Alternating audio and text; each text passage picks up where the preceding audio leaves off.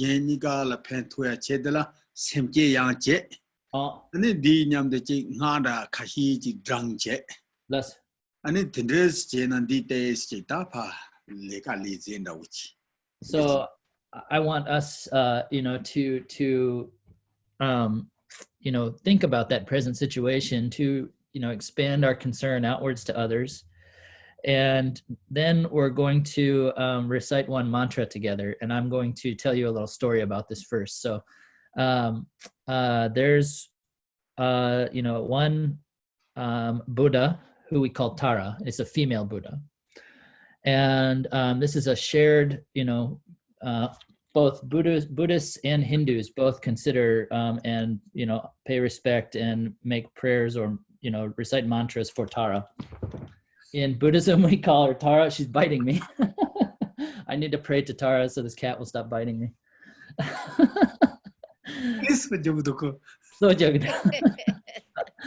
So anyway, Tara is a female Buddha, and Tara, the history of Tara goes back to sometime around 20 years after the passing of Buddha Shakyamuni. So after Buddha Shakyamuni had passed, there were a lot of disturbances in India, and a lot of you know, large spread of illnesses, flooding, you know, wildfires, animal attacks, you know, political strife, all kinds of problems. And at those times, there was this divine form that, you know, was named Tara, who was coming and protecting people from fears and from dangerous situations. And so, you know, they say that Tara, coming as in a form of like a goddess, would protect people in such situations. And you know, up to now in Tibet, it is the case that anytime somebody is in some kind of difficult or fearful situation, that they say the name of Tara and they recite her mantra. There's a mantra of the name of Tara. It's called the name mantra of Tara. And they, you know, use that as a way to reach out to Tara in a way to request her to protect, to save them from, you know, illness, from you know, disturbances of the elements like flooding and wildfires and things like that, and any kind of like fearful or dangerous situation.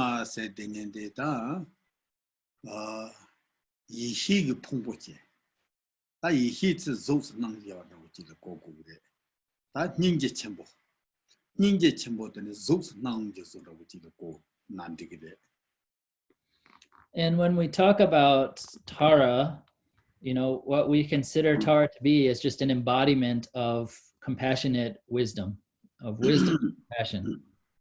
That's all. And that rain dig up say mind the call mambo mashibiche. I think nege na kahi chitiniam in das.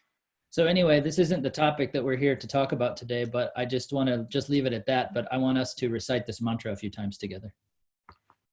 Om tare. Om tare. Tu tare. Tu tare. Tere. Ture. Soha. Soha. Om tare. Om tare. Tu tare. Tu tare. Tere. Ture. Soha. Soha. Om tare. Om tare. Tu tare. Tu tare. Tere. Ture. Soha. Soha. Om tare. Tu tare. Tere. Soha. Om tare, tu tare, ture, soha. So let's do this together a few times. Om tare, tu tare, tere, soha. Om tare, tu tare, tere, soha. Om tare, tu tare, tere, soha. Om tare, tu tare, tere, soha. Om tare, tu tare, tere, soha. Om tare, tu tare, tere, soha. Om tare, tu tare, tere, soha. Andabu dang. Ani tende jedi di yang digi kope sembate sope lulu je. Ani tende yang chado. Tende ji naro nasi. And so even if this specifically doesn't appeal to you, you may have some other kind of person or God, being, Buddha, whoever that you do choose to connect with.